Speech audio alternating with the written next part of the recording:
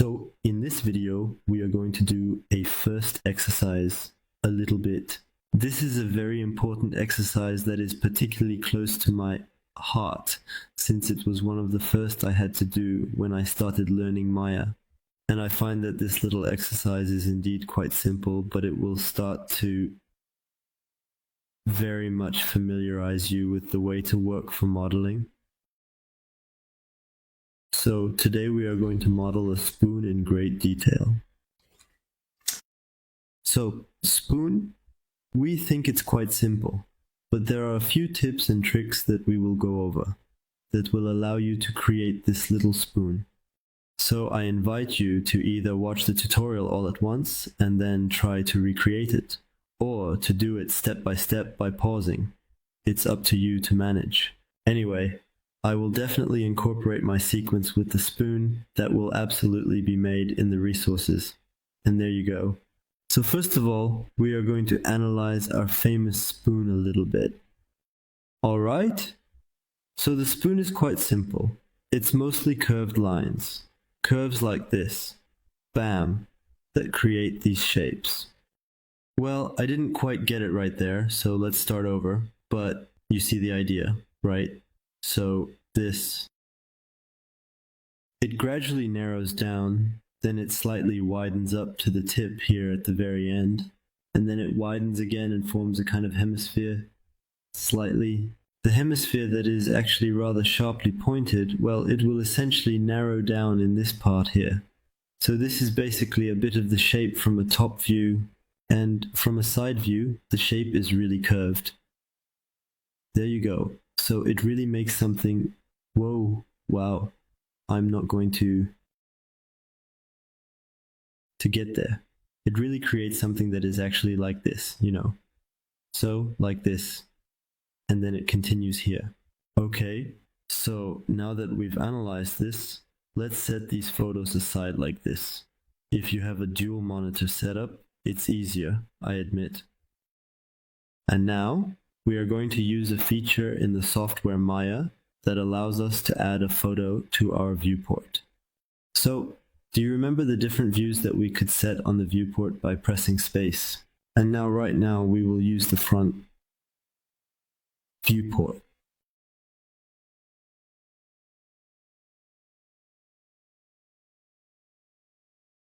So, we are going to go to the View menu option in order to proceed. We go down to the image plane and then import the image. We click on it and now we will retrieve this image here. I will also include it in the resources. So I placed it on my desktop. Exospoon. There we go. Open. And there we could have done it more on the top rather than on the front. It's more coherent, but it comes down to the same thing, meaning that we will actually go back into the perspective, and there we have our image. So our image works a bit like a mesh, meaning that we can change its size, rotate it, and move it. So what I just want is to rotate it to 92, like this. So here I'm doing it a bit randomly, but there is a way to make it more precise, which is by pressing J, okay? By holding down J and rotating, you'll see that it moves in increments of 20, if I'm not mistaken. Let's check that.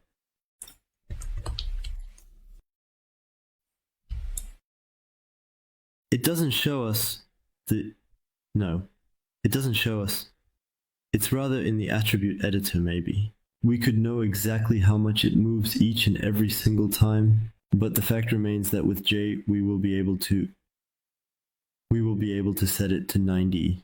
Degree our utensil, which like this will really be absolutely able to have it from the top, like this, definitely. You will see that this will definitely help us to very clearly and ultimately outline the shape of our spoon. Great, so we have it set up like this. Now we are going to take a plane. We haven't used the plane much, if at all, but this is the perfect opportunity. That's what's cool about this exercise. So now we're going to take the polygon plane that's right above the polygon plane, because we are going to create, if you want, our spoon first in 2 dimensions, a bit like the sheet here. We will carefully outline the shape of a spoon using our plane, and then we will give it thickness by performing an extrude process. Okay, so here, our plane, if we isolate it with this key, by the way, we will activate the anti-aliasing. If we isolate it, it has a lot of edges, and I don't really want to have that many edges. In fact, I want 0 for now. So we are going to go to the input polyplane. So either we go there, or we go to the attribute editor for the polyplane. And there, we can choose how many subdivisions I want. I want 1. And 1. There you go. This way, I really just have one face. Just one polygon. Okay, so we're going to remove this attribute editor. It will be nicer. We will remove the isolate, and then we will scale. So then we choose the plane. If you are unable to select it, you can select it from the outliner. And we are just going to scale it like this. We will scale it so that it is approximately the size of our image, just a bit more. Next, we will position ourselves by pressing space in the top view. So you said it was indeed very quite interesting to use those views. Well, now we will definitely have the opportunity to use it. So here we agree that we have our plane which is above our image. By the way, what we can do to avoid selecting the image plane every time is to just raise our plane a little bit. We'll go back to the top view and activate the wireframe. This way, it's the same but just more practical for us. So we have our plane right here. Unfortunately, it's not that simple to select only the plane. I'm sorry. I thought that raising it would remove it, but it's not a big deal. So we have our plane, which is transparent. So what we're going to do is first of all, simply press R for the scale like this. So if we look at it from the perspective, it will definitely scale well. We will scale it to approximately the size of the spoon. We will leave a small margin after all. And now we will place a whole bunch of edge loops with our multi-cut, where we think it will be useful for our design. So I just press down on Shift, right-click, multi-cut, and there we can, with Ctrl if you remember correctly. Simply place edge loops. So for now, we will only place them horizontally, and then we will see how to place them vertically. So where do I think this will be useful to me? I think this will be useful here, because we are going to scale down our edge loop. It will also be useful here, because we can see that we have a variation. It might be definitely very useful for me here to maintain this curve a bit. And I think it will also be significantly extremely useful for me here to create that famous and well-known curve. Then we can also definitely put another one here. Why not certainly here, and perhaps here. There you go, it's quite random, but you'll see that gradually they will fit well. And by the way, we can add as many as we want along the way. So let's not forget that we can pan like this by holding down the middle mouse button and the Alt key. Anyway, you have the shortcuts that are usually right here.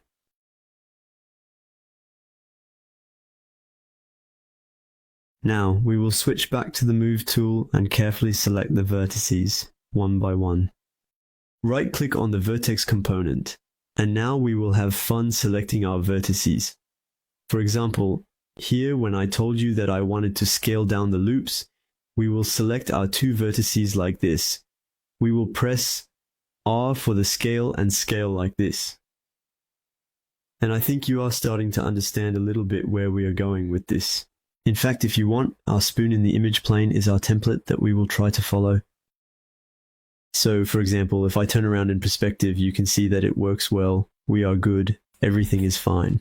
Well, we will do the same for everything. So here, I just do the same thing. I select, I scale until it's about right. That's roughly where we want to be. So it's not something that will be super precise. It's your first exercise. It's just for you to try to understand a little bit. If we realize that our spoon is still somewhat off, and we would like it to be a little more precise, we will move our image plane slightly by selecting it. If we can't do that, because we are in the top view, we will select it like this and move it a bit so that it is really in the center. As you can see, it's an image that is a little pixelated, so we will try to manage it like this. We take our image plane and we right-click. Make sure to right-click on your image plane and not next to it, otherwise you won't be able to change to vertex.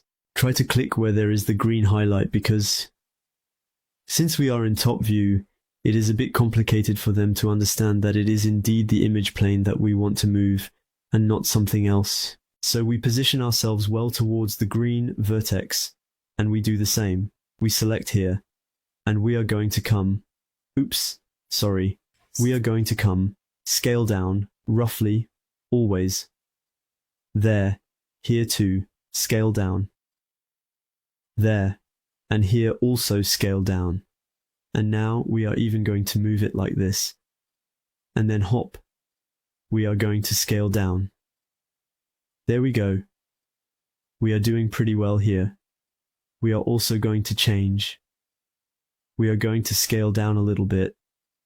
Well, as I told you, it's not perfect. Now we are going to scale down a little bit here. We are going to scale down quite a bit even. And now we are going to scale down and even lower it like this. Here we roughly have our spoon, you see. We have about our spoon. We are going to add edges because as you can see here, for example, it is not detailed enough. And here we have the problem that we can't quite create this little dome here and here. We will solve this problem right away. We press space and we switch to top view. We hold shift, right click, and then we take the multi-cut. Alright, let's take the multi-cut tool again, and this time, by pressing Ctrl, we will want to create an edge loop in the middle. And in the middle, as we said, it's the scroll click. So whether you are here, there, hop, scroll click, it will center everything for you. There you go, great. That's not bad. We said we wanted a double axe here, so shift right click, multi-cut, and now I'll place my hand in the middle as well. You know what? We're going to put one here, and I think we'll be pretty good. So we press W, and there we go, we make sure we are in vertex mode if we hadn't set it. So I select this one and that one, but not the one in the middle because we want that one to stay here. So we take one, hold shift, and then we take a second one. We use scale with R. And here we are going to create this kind of curve, you see. And we are going to do the same thing here. Hop. And hop. Hop and hop. Here, we are going to use the move tool on the vertex. And similarly here, we will use the move tool like this to add a third one. An edge hoop here, an edge hoop here to achieve the right interpolation. Even if a bit smooth, it's always better to have good topology like this. So, excuse me, I might have done it a bit quickly. I'll press Ctrl Z. We hold shift, right click on the shop, Ctrl, scroll wheel, Ctrl scroll wheel to center it nicely. Hop hop, we select both and try to create a bit of the right curve. The same for this. If you can't see very well, we can play around. And there we are doing pretty well. Honestly, we have a spoon that works well. So what we're going to do is add some envelopes here because it seems a little bit light to me. So shift, right click, and then I put one in the middle, in the middle, in the middle, and in the middle. So we are doing pretty well here. Next. We want to create, so I take my images again. We want to create this curvature, so we will take the image here that we have and then place it into the software called Maya. In this instance, we will be able to take the side view and use the image plane. Import image and exospool side up that we are going to import right here. So of course, it's not exactly the same spoon, but it will still give us an indication of the spoon and its curvature. So here it is not on the right side because we can see that we have the tip of the spoon here, so we will rotate it. We can press J to make it precise enough. Alright, we stop here, we just cut it 180 and then we will scale it down since it is way too big and we try to align it a bit even though, as I told you, it won't be exactly the same spoon. There, we will just have an idea of what our spoon looks like and we will place it relative to the grid. There, our spoon is there, basically. Essentially. So it's definitely going to be a bit complicated to work on the side, right? Because as you can see, we are on a plane. So, there is no thickness. As I mentioned, if we look here, if we isolate it, there is no thickness. So, it's really just a small piece of paper. So what we're going to do is first activate the overclock, which is a process that might enhance the performance of our system. Maybe it will work a little better, and we're going to try to select the vertices carefully. After that, we will synchronize the curvature, as I mentioned earlier, ensuring that everything aligns perfectly. This step is crucial for achieving the desired outcome, and it requires precision and attention to detail. So I told you it's not easy, because here we are on a view that is a little bit turned to the side, etc. It is not perfectly straight. But let's say that this is at the same level as that. So for us, this is at the same level as the spoon. On the other hand, after that, it moves like this. It rises like this. So, in fact, it rises approximately here. And all of this should create a curvature and then descend like this. So how do we go about doing that? We could do it one by one. That could be something. We could do it like this, but then we realize that it doesn't look very natural, perhaps. It creates something that might potentially not be very game-like. I'm controlling all of that. And I have a little method. It's called soft selection. Soft selection is that by pressing B, hop, we will be in soft select. The zoom select allows, as you can see, we have a color radius. In yellow, this is where all the modifications we are going to make will be very, very strong, and the further we move away, the less the effect will act.